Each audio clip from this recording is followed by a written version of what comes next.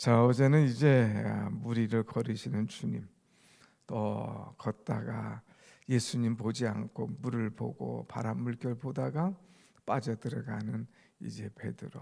그러면서 주님께서 믿음이 작은 자여 왜 의심하느냐 하는 말씀을 주셨습니다. 정말 우리 신앙생활하는 데 있어서 중요한 것은 믿음이죠. 믿음.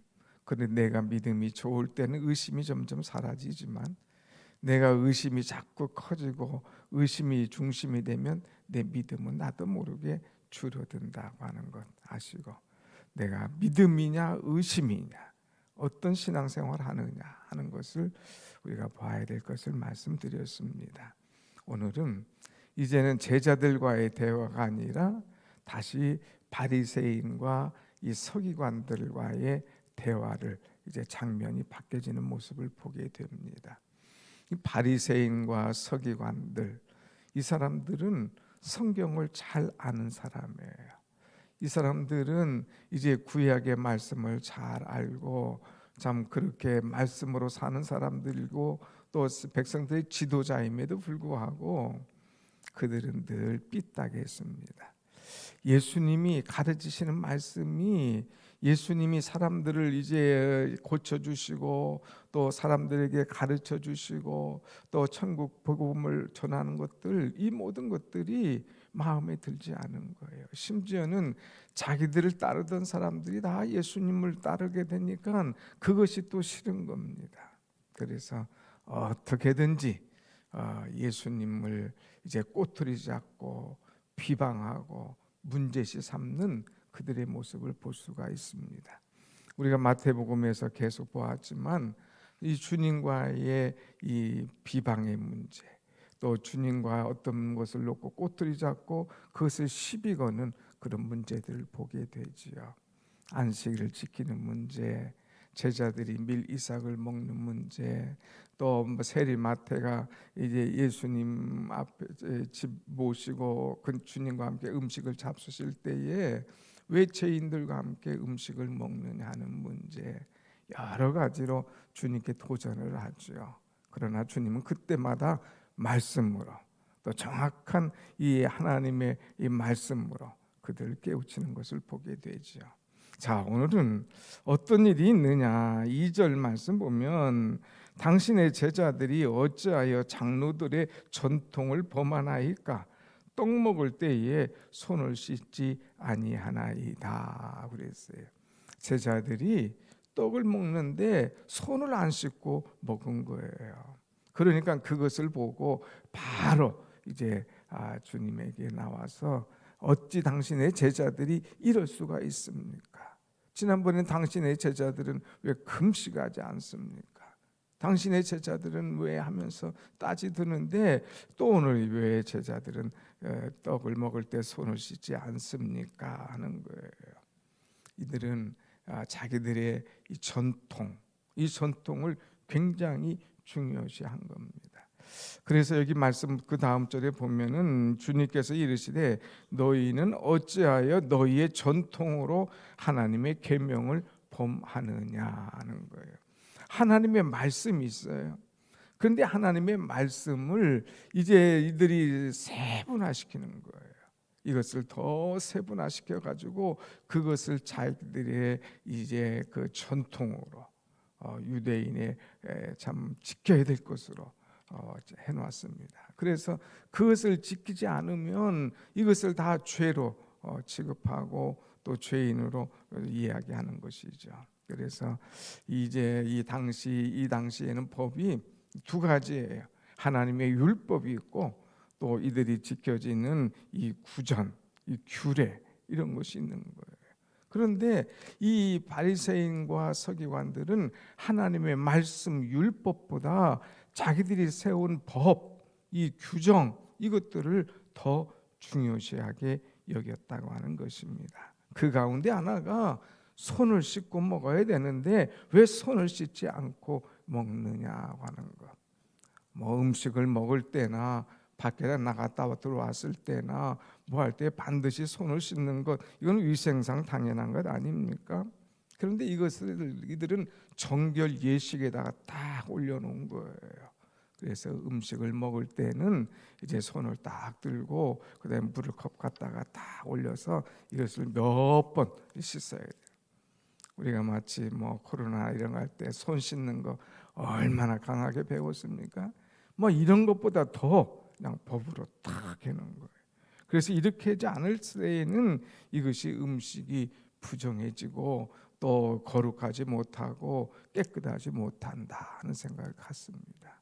심지어는요, 이들이 자는 동안에 쉬부타라고 하는 악마가 그들의 손에 올라와서 앉아. 그러면은 그것을 씻지 않고 음식을 먹으면 그것들이 다 더러워진다는 거예요. 이렇게 자꾸 갖다가 대고 그것들을 이 말씀보다 이 계명, 자기들의 유전을 더 중요시 여기는 이것을 보게 됩니다. 그런데 사람들은 그게 쉽나요? 당시 물이 많지를 않고 또 어려운 사람들은 이 물을 길러오기도 쉽지도 않은 상태이고 또 게으른 사람들은 그 씻지도 못하고 그래서 이거 씻지 못할 때에 그것들이 부정하다 하는 이야기를 합니다. 그런데 사랑하는 여러분, 율법에 이런 말씀들이 전혀 없어요.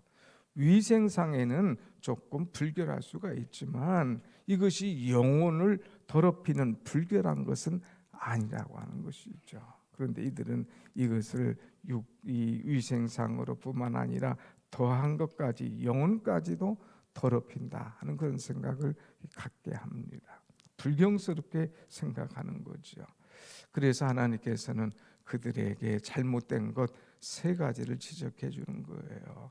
너희들 너무나 형식에 치우쳐 있다 이거예요. 너무나 형식주의적인 그런 신앙생활을 하고 있다는 것입니다. 말씀이 먼저지 말씀이 아닌 형식에 치우쳐서 이 형식, 이 전통에 매여 사는 그런 어리석음을 범하지 말라 하는 말씀을 주고 있습니다. 하나님의 말씀이 우회다 이거예요. 근데 그 말씀을 지키지 않고 자꾸 형식, 전통 이런 것 왜 내놓느냐 이거예요. 그러면서 이제 이 절대주의적으로 잘못된 것을 말씀하는데 그 예로 하나가 있는데 그것이 뭐냐? 4절 말씀이에요. 4절 말씀 보면 하나님이 이르셨으되 내 부모를 공경하라 하시고 또 아버지나 어머니를 비방하는 자는 반드시 죽임을 당하리라 하셨거늘. 내 부모를 공경해 또 공경하지도 않고 부모를 비방해? 그거는 이제 하나님 앞에 바로 서지 못해. 반드시 그런 자녀는 죽임을 당할 거야. 이제 말씀해 주고 있죠. 그런데 그들이 스스로 이것을 좀 비틀어서 또 만들어 놓습니다. 5절에 보면 뭐라고 하냐? 너희는 이르되 누구든지 아버지에게는 어머니에게 말하기를 내가 드려 유익하게 할 것이 하나님께 드림이 되었다고 하기만 하면 그 부모를 공경할 것이 없다 하여 너희의 전통으로 하나님의 말씀을 폐하는도다 그랬어요. 이들에게는 고르반이라고 하는 제도가 있었어요. 그런데 이것은 무슨 말이냐면 하나님 앞에 지금 드려야 될 것이 있는데 이제 부모에게 효도하기 위해서 드려야 되는데 뭔가 그 속에 다른 마음이 들어간 거예요.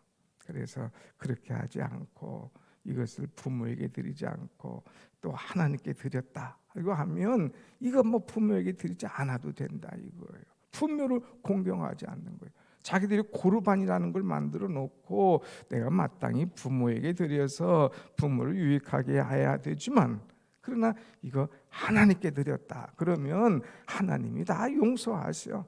하나님 기뻐하셔. 하나님께만 드리면 되는 것이지 뭐 부모 안 드려도 문제 없어 하면서 스스로 고르반이라는 걸 만들어 놓고 자기 합리화를 시키는 거예요. 제5계명 내 부모를 공경하라 딱 했는데 그것을 하지 않고 자기 합리화를 시켜서 이 고르반 제도를 하면서 이렇게 하면 문제가 없다 하면서 이제 전통으로 하나님의 말씀을 폐하는도다. 그러니까 하나님의 말씀보다 전통이 우회인 거예요. 하나님의 엄격한 이 말씀보다 자기들의 형식주의적인 것이 앞서가는 거예요. 그러니까 이것이 문제가 되고 그것이 바르지 못한 것임을, 형식주의적인 그런 신앙임을 이제 분명하게 지적을 해주고 있습니다. 그래서 이제 이 외식적인 그런 신앙생활, 여러분 8절, 7절부터 한번 보겠습니다. 7절, 8절 시작. 외식하는 자들아, 이사야가 너희에게 관하여 잘 예언하였도다. 일러스되 이 백성이 입술로는 나를 공경하되 마음은 내게서 멀도다 그랬어요. 이들은 외식하는 사람들이에요.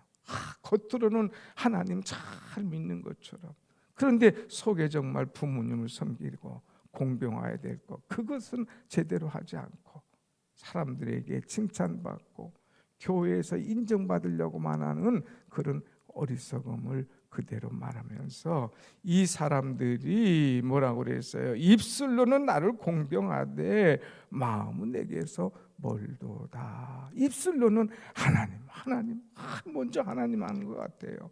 그러나 마음은 모르는 거예요. 마음은 하나님을 떠나서 있는 사람들인 것을 이제 가르쳐 주고 있습니다. 마음은 하나님과 떨어져 있으면서 입술로는 입을 열 때마다 하나님 자기가 제일 잘 믿는 것처럼, 제일 자기 신앙생활 잘하는 것처럼 하는 이 어리석음을 주님 지적해 주고 있지요. 그러면서 외식하는 자들아, 그것을 뭐라고 가르쳤어요? 외식한다 이거예요. 정말 하나님 중심이 아니라 외식하는 사람. 그래서 9절에 또 보면 사람의 계명으로 교훈을 삼아 가르치니 나를 헛되이 경배하는도다. 뭐가 중요하냐 이거예요. 사람의 계명이 중요하냐 이거예요. 하나님의 말씀이 있음에도 불구하고 말씀 중심에, 은혜 중심에, 예배 중심에, 기도 중심에 삶은 없어요.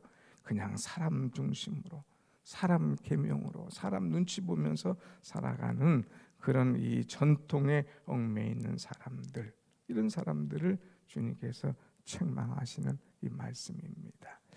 여러분, 정말 우리가 자칫 잘못하면 신앙생활할 때에 전통에 매일 수도 있어요. 어떤 교회들 보면 뭐 그냥 전통, 이것은 우리 교회 전통이야 하면은 그 전통 바꾸는 것이 어마어마하게 어려운 거예요. 그냥 딱 바꾸면 되는데 그거 전통이다 해가지고 그것을 얼마나 중요시 여기는지, 하나님의 말씀이 중요시 여기게 되는데 전통이 문제예요. 아니에요. 항상 누구 어떤 것이 문제냐, 하나님 말씀을 바로 깨닫고 때로는 내 전통까지도 깨트릴 수 있는 그런 이 지혜, 그런 결단, 그런 믿음이 우리에게 있어야 된다고 하는 것이죠. 그러면서 주님께서 이제 그들이 먹는 문제 가지고 시비를 걸었기 때문에 그러면 어떻게 이 문제를 해결할 것이냐, 해결을 해주시는 말씀을 봅니다. 11절 말씀 봅니다. 11절 다 같이 시작. 입으로 들어가는 것이 사람을 더럽게 하는 것이 아니라 입에서 나오는 그것이 사람을 더럽게 하는 것이니라. 사람들을 다 불러서 이제 가르쳐 줍니다. 내가 말한 말을 듣고 깨달아라. 말씀을 잘 들어. 그리고 깨달아. 뭘 깨달을 것이냐? 입으로 들어가는 것이 사람을 더럽게 하는 것이 아니야. 뭐 손을 씻었느냐, 씻지 않고 음식을 먹느냐, 이것이 사람을 더럽게 하는 것이 아니야. 거기서 나오는 것이, 입에서 나오는 것이 사람을 더럽게 하는 거야. 손을 씻고 먹느냐, 씻지 않고 먹느냐, 이것이 아니라 내 마음 속에 어떤 마음, 어떤 생각을 가지고 있느냐, 거기서 나오는 이 말, 이것이 바로 더 심각한 문제임을 가르쳐 주고 있습니다. 그래서 이제 17절부터 이것을 조금 더 이제 구체적으로 설명해 주죠. 17절. 입으로 들어가는 모든 것은 배로 들어가서 뒤로 내버리는 줄 알지 못하느냐. 입에서 나오는 것들은 마음에서 나오나니 이것이야말로 사람을 더럽게 하느니라. 뭐 손 안 씻고 먹었다 해도 그거 다 배로 들어가. 그리고 다 이제 뒤로 내버려 줘. 그건 문제 아니야. 근데 중요한 것은 입에서 나오는 것들, 이것이 바로 문제예요. 입에서 나오는 것은 곧 어디에서 나오느냐? 마음에서 나오는 거야. 이 마음에서 나오는 것, 이것이 바로 사람을 더럽게 하느니라 그랬어요. 그럼 마음에서 나오는 것은 어떤 것인가? 19절 말씀 보면 마음에서 나오는 것은 악한 생각과 살인과 간음과 음란과 도둑질과 거짓 증언과 비방이니 그랬어요. 이것이 내 마음에서 나온다. 이것이 바로 더러운 거야. 더러운 거야. 너희들 하나님 말씀 위에 서는 것이 이것이 중요하지. 뭐 씻고 먹었느냐 안 씻고 먹었느냐 이거 다 중요하지 않아.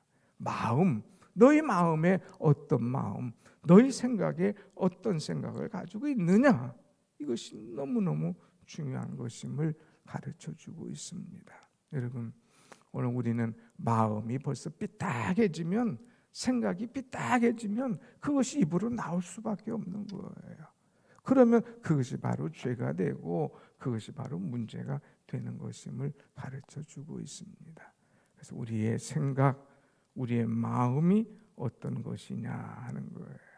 그래서 20절 말씀 다 같이 봅시다. 시작. 이런 것들이 사람을 더럽게 하는 것이요 씻지 않는 손으로 먹는 것은 사람을 더럽게 하지 못하느니라 그랬어요. 사람을 씻지 않는 손으로 먹는 것, 이것이 바로 사람을 더럽게 하지는 못하는 것이다 하고 아주 결론적으로 말씀해 주죠. 그러면서 그들에게 가르쳐 주는 것이 뭐냐? 14절 말씀이에요. 14절 다 같이 봅시다. 14절 시작. 그냥 두라. 그들은 맹인이 되어 맹인을 인도하는 자로다. 만일 맹인이 맹인을 인도하면 둘이 다 구덩이에 빠지리라. 아멘. 이들은 소경이 되어서 소경을 인도하는 그런 사람. 지금 이 맹인 스스로 맹인이 된 거예요.